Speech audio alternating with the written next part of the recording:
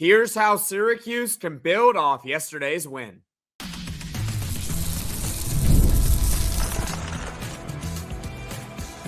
You are Locked On Syracuse, your daily podcast on the Syracuse Orange. Part of the Locked On Podcast Network, your team every day.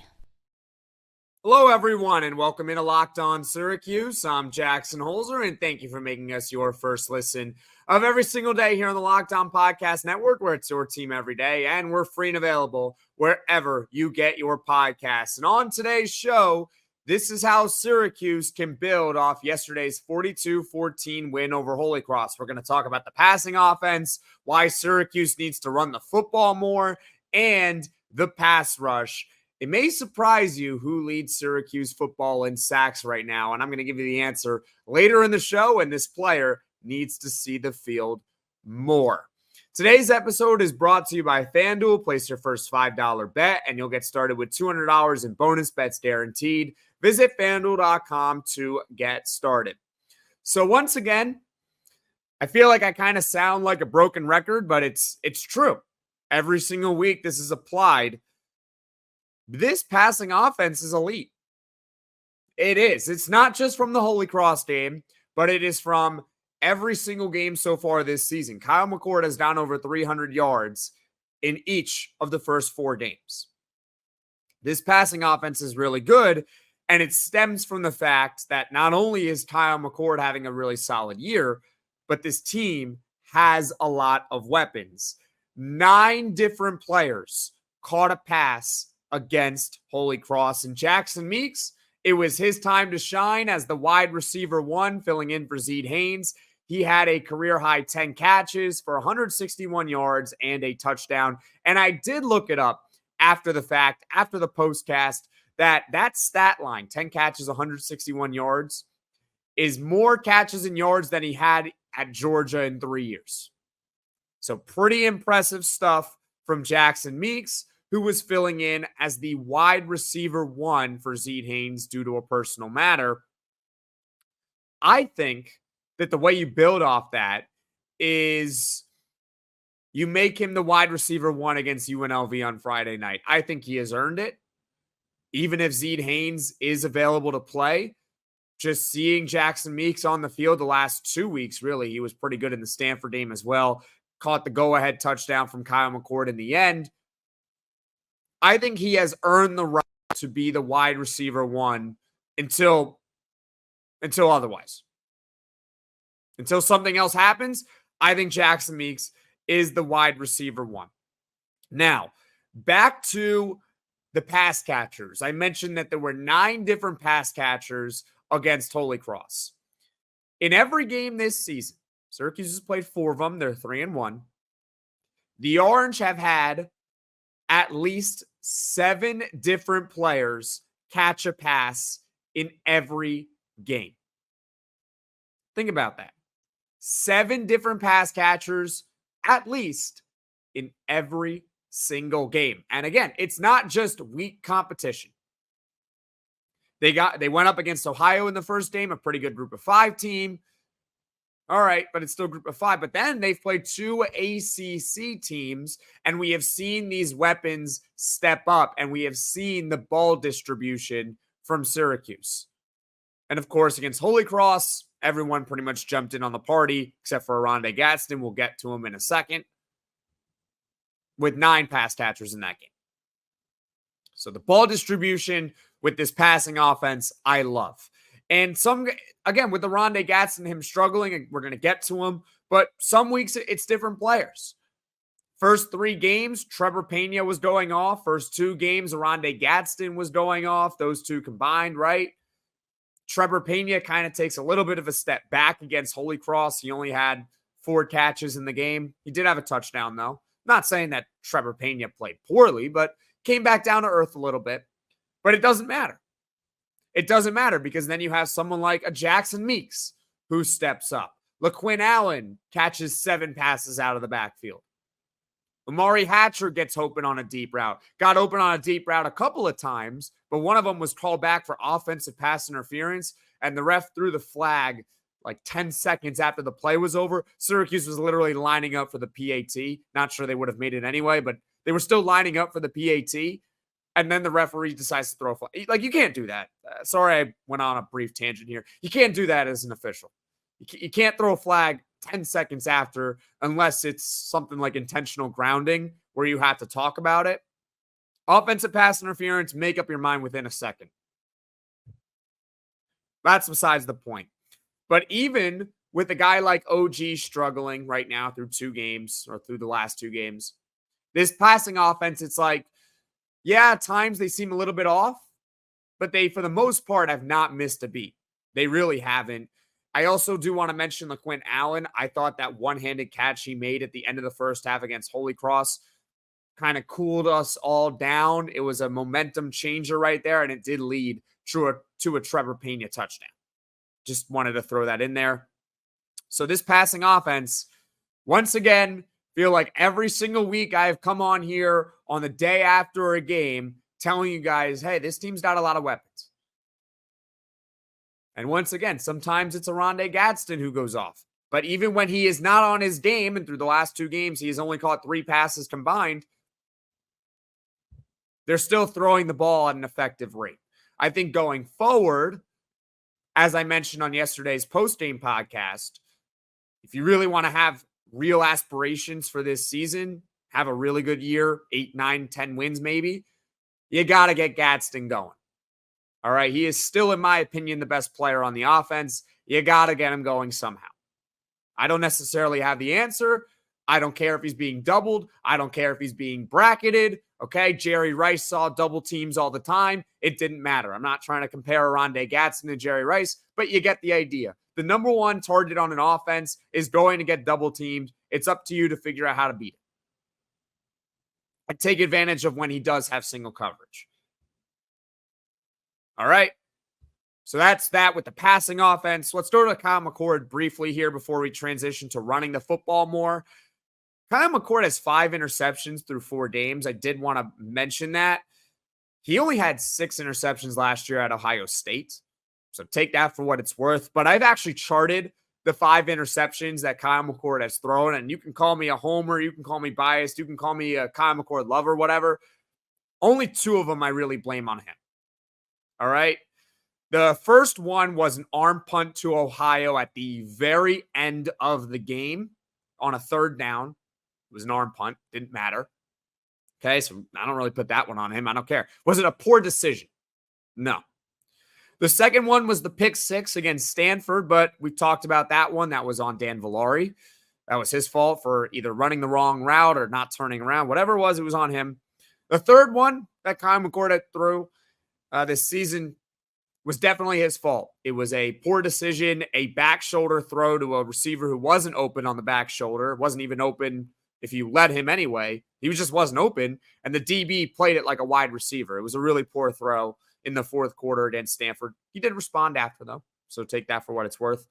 The fourth one, I didn't mention this on the post-game podcast, but I'll mention it here because I got into a little bit of a debate on Twitter. Nothing like malicious or anything, just a little debate. So it was the very end of the first half, and Kyle McCord threw it deep along the sideline. It was the final play of the half, and it was picked off. It was decently returned by Holy Cross, but not really. I don't really mind the decision. They had a few seconds left. Syracuse had no timeouts. They were near midfield. I don't mind the decision to throw it deep along the sideline. I know you might come back at me and say, well, why not throw it short underneath? Or why not throw it short towards the sideline? Well, first of all, I don't think it was open. Because if it was open, I think he would have thrown it there. And if you're going to force it, I'd rather you at that situation force it down the field. Because if Kyle McCord throws a short out route and that thing gets picked off, it's housed. I don't care if you're going against Holy Cross. That thing is going the other way for 6. And the last thing you need there is a pick 6. So you could argue that maybe McCord should have just thrown it away and tried for a Hail Mary. But I think we're kind of nitpicking at that point. So I don't mind the decision that he made on that 4th interception he has had this season. It was his first one. that he had against Holy Cross. The second one was on McCord. Point blank, the second one was on McCord. Just was a bad throw over the middle of the field to a receiver that, quite frankly, was not open. I believe it was intended for Darryl Gill. So I charted all of Kyle McCord's interceptions for you. But yeah, I think that covers the passing offense. I think what you can build on is the fact that this offense can still thrive without Oronde Gasson on his game. You can still have Jackson Meeks as the number one wide receiver. And every single week, it can be a different player stepping up. It can be receiver by committee at that point. It's a good receiver. It's good. This passing offense is good. It's top 3 statistically in the country. We're doing something right with the passing offense. But coming up, as good as we are throwing the football, I said it on yesterday's podcast, we got to run the football more. Hey, NFL fans, you can start the season with a big return on FanDuel, America's #1 sportsbook. So when you get a hunch in the middle of a game, you can check out the latest stats, view live play-by-play, and so much more on the same page where you place your bets. You'll get started with $200 in bonus bets guaranteed when you place your first $5 bet. And folks, I know a lot of you guys who are watching or listening to this podcast are Buffalo Bills fans. Congrats on the 3-0 start. Buffalo is actually a 2.5-point road underdog against the Ravens tonight. It might be one of the very few times the Bills are underdogs this season. So if you want to bet it, go to FanDuel.com. That's FanDuel.com. Syracuse football needs to run the football more. I love watching Kyle McCord sling it. I think we all love Kyle McCord slinging it. It's fun to watch. Isn't it fun watching a passing offense? It's more fun than watching a rushing offense. But here's the deal. Sometimes you got to be a little bit boring. And their play calling at times, it needs to be more boring, aka run the football more. Because running the ball against Holy Cross, as I said on yesterday's podcast, it actually worked.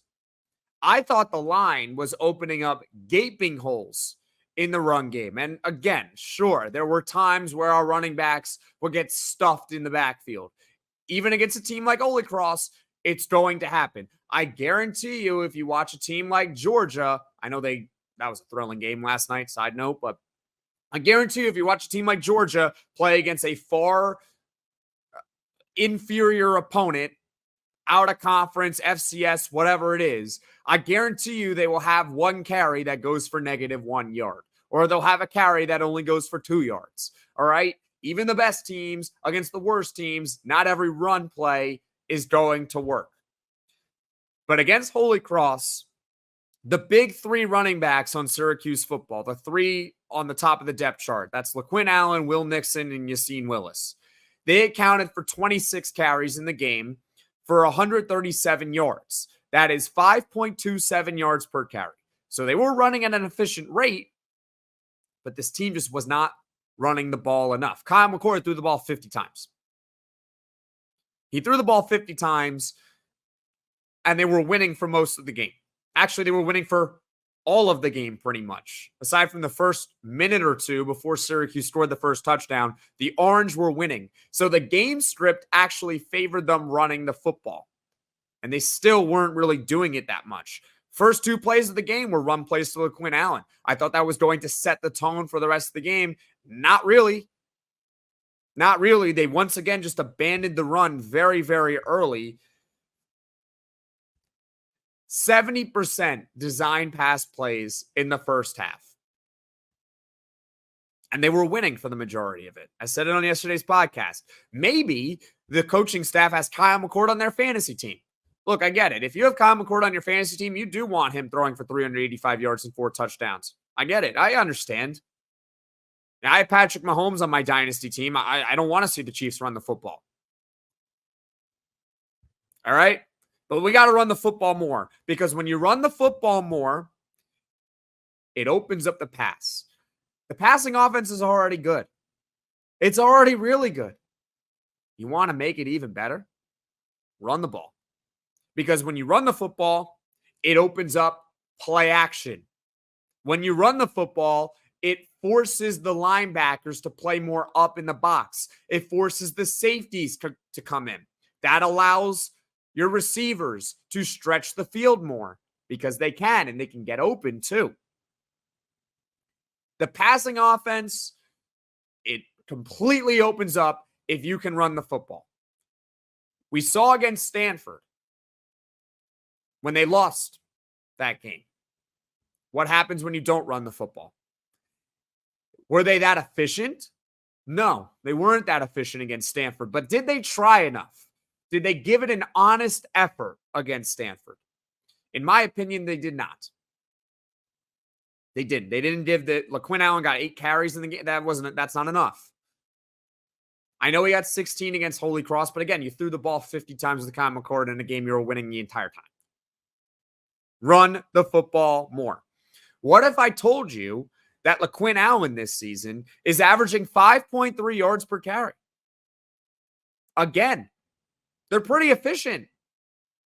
He's averaging 5.3 yards per carry, which is a full yard higher than last season. We can bang on the offensive line all we want. You want to help out the offensive line in pass protection? Have the threat of running the football a little bit more often. I looked at the splits before doing this podcast of the total plays that Syracuse has run this season through 4 games. And they have run 60% of the, I got to refresh. All right. Sorry. Apologize. Got to figure out how to phrase this. Syracuse has thrown the ball 60% of the time. It's not bad, but at the same time, that's not 60% design pass plays. If you look at design pass plays, it is much higher than 60%, at least for my eye test. Because remember, if a quarterback gets sacked, that counts as a run. If a quarterback scrambles, that counts as a run. So if you eliminate the fact that he was sacked or that Kyle McCord scrambled and you say that, well, that was a design pass play, Syracuse is throwing the ball probably 65 to 70% of the time, or at least calling a pass play 65 to 70% of the time. That's not a good enough ratio. Got to run the football more because LeQuint Allen is pretty efficient. Will Nixon, 4 yards per carry, but he's more of a receiving back. Yassine Willis is averaging 3.9 yards per carry, but he's a power back and also a true freshman. So it's going to take time for him. He's a short yardage guy anyway. So you want him in the game when it's 2nd and 1 or 3rd and 1. Because you want him to get those big boy yards. That's the point of Yassine Willis. And overall, I said on last segment that Syracuse's passing offense is top 3 in the country statistically. It's a fact. Pass yards per game. But they have a bottom 25 rushing offense in the country. I would like to see that evened out a little bit more. Don't get me wrong, I love watching Kyle McCord sling the ball over down the field. But sometimes we got to accept 4 yards in a cloud of dust. Because the more often we can do that, the more often we're going to be more efficient with our passing plays. So that's my rant, my more thorough rant of Syracuse running the football more. They just have to, they have to commit to it. They have to commit to it. Coming up, we're going to talk about the pass rush. I love going to live sporting events, and honestly, it doesn't really matter what the sport is. I just love the energy in the building, and the way I get tickets for games is by using Gametime. Gametime is a new feature called Gametime Picks that makes getting tickets for your favorite live events even easier. Gametime Picks filters out the fluff to show you only incredible deals on great seats, so you don't have to waste time searching through thousands of tickets. And my favorite feature is the curated deals. Curation makes it easier to save more on sports, comedy, concerts, theater, etc. Take the guesswork out of buying concert tickets, sports tickets, whatever, with Gametime. Download the Gametime app, create an account, and use code LOCKEDONCollege for $20 off your first purchase. Terms apply. Again, create an account, redeem code LOCKEDONCollege, LOCKEDONCOLLEGE for $20 off. Download Gametime today. Last-minute tickets, lowest price, guaranteed. All right, everyone. Who do you think leads Syracuse football right now in sacks? Just take a moment, think about it for a second. Who leads Syracuse football in sacks through 4 games? All right, your time's up. KingJoseph Edwards is Syracuse's sack leader through 4 games. And I'm not joking. That is not exaggeration. That is not fiction. It is fact. You can go look it up right now or when you're done watching or listening to this podcast. KingJoseph Edwards leads this team in sacks. Now, was that a bad thing? No. I love KingJoseph Edwards. He's number 19, by the way. Not only does he lead the team with 3 sacks, those 3 sacks came in the 4th quarter against Holy Cross. In 1 quarter, he became the team's sack leader. Interesting. KingJoseph Edwards is 6'4". He's a 225-pound edge rusher, a true freshman, and a 4-star recruit. One of the top recruits in Syracuse's 2024 recruiting class. So this is someone who had very high expectations for his collegiate career. I wasn't really sure what to expect from his true freshman season because, you know what? True freshmen. Sometimes they're really good, like Jeremiah Smith with Ohio State, Ryan Williams. Did you know that Ryan Williams is 17 years old on Alabama, the wide receiver? The broadcast must have said it 1,000 times, but hey, just for you guys to know. So you never really know with true freshmen. And by the way, those guys were like top 5 overall in the country in 2024. KingJoseph Edwards was a top 300 player. Still really good. Different level, though. Regardless, through 4 games, this team has 9 sacks, which is 2.25 per game, and it's not a bad total. It's upper half in the country. It's not terrible. But your leader is KingJoseph Edwards, who accomplished it in a quarter. In a quarter. We all know that this secondary at times can be a little bit shaky. We saw it in the Holy Cross game when they gave up that 63-yard touchdown on a busted coverage. I think Fran Brown said post-game that someone misplayed their zone. And it's only one of 2 players it could be. It's either Elijah Clark, the safety, or it was Greg Delane, the corner. I think it was Greg Delane because he didn't follow his man down the field. But it was one of those 2. There's 2 ways that they can help the secondary. And they can build off of the Holy Cross game, all right? First of all, just eliminate the rushing 3 and dropping 8. No more. I'm done. It does not work. It has bitten Syracuse at the worst possible time against Stanford. We saw Syracuse try to do that against Holy Cross. It wasn't working. Please, no more rush 3, drop 8. I know it sounds counterintuitive. Your secondary isn't really doing well. You should drop more players in the coverage. Not how it works, because when you only rush 3 guys, you're not getting any pressure on the quarterback in all likelihood. So the quarterback has ample amount of time. He can pretty much make himself breakfast. He can cook himself eggs, put some bacon on the pan, heat up his coffee, look down the field a few times, read a book while he's at it, and then throw the football. That's what happens when you rush 3 and drop 8. The only time I want to see it is in, a Hail Mary situation. But it should not be used in a standard defense at any point. So just eliminate that. That'll help the secondary. But number 2, it's generating a pass rush in general. It kind of stems off the no more rushing 3 and dropping 8. All right? And the way I would accomplish that, the way I would help out this pass rush, you got to play KingJoseph Edwards more. You got to play him. I understand if he's not ready to be an every down player. I get that. He might not be an every down player yet. Maybe he needs to grow into his body a little bit more. He's a true freshman. He's still learning. I get it. I'm not saying play him every down, but in obvious passing situations, he's got to be on the field. He has to be on the field because with all due respect to the other pass rushers on this team, KingJoseph Edwards, he might be the best pure pass rusher on Syracuse right now. Leave a comment in the comment section below if you think I'm crazy or not on that. I think KingJoseph Edwards might be the best pass rusher on the team, and he's a true freshman. You got to play him on third downs, obvious passing situations. Play him. That's how you can build off the Holy Cross game. That, I think, is something that you learned. Because look, okay, it's Holy Cross. You had 3 sacks against Holy Cross. Is he going to have 3 sacks every game? No. Nobody else was really getting pressure. I mean, Murad Watson had a sack in the game, another true freshman, by the way. Nobody else had a sack, and they were playing much more than KingJoseph Edwards was. Same competition against Holy Cross. So going forward,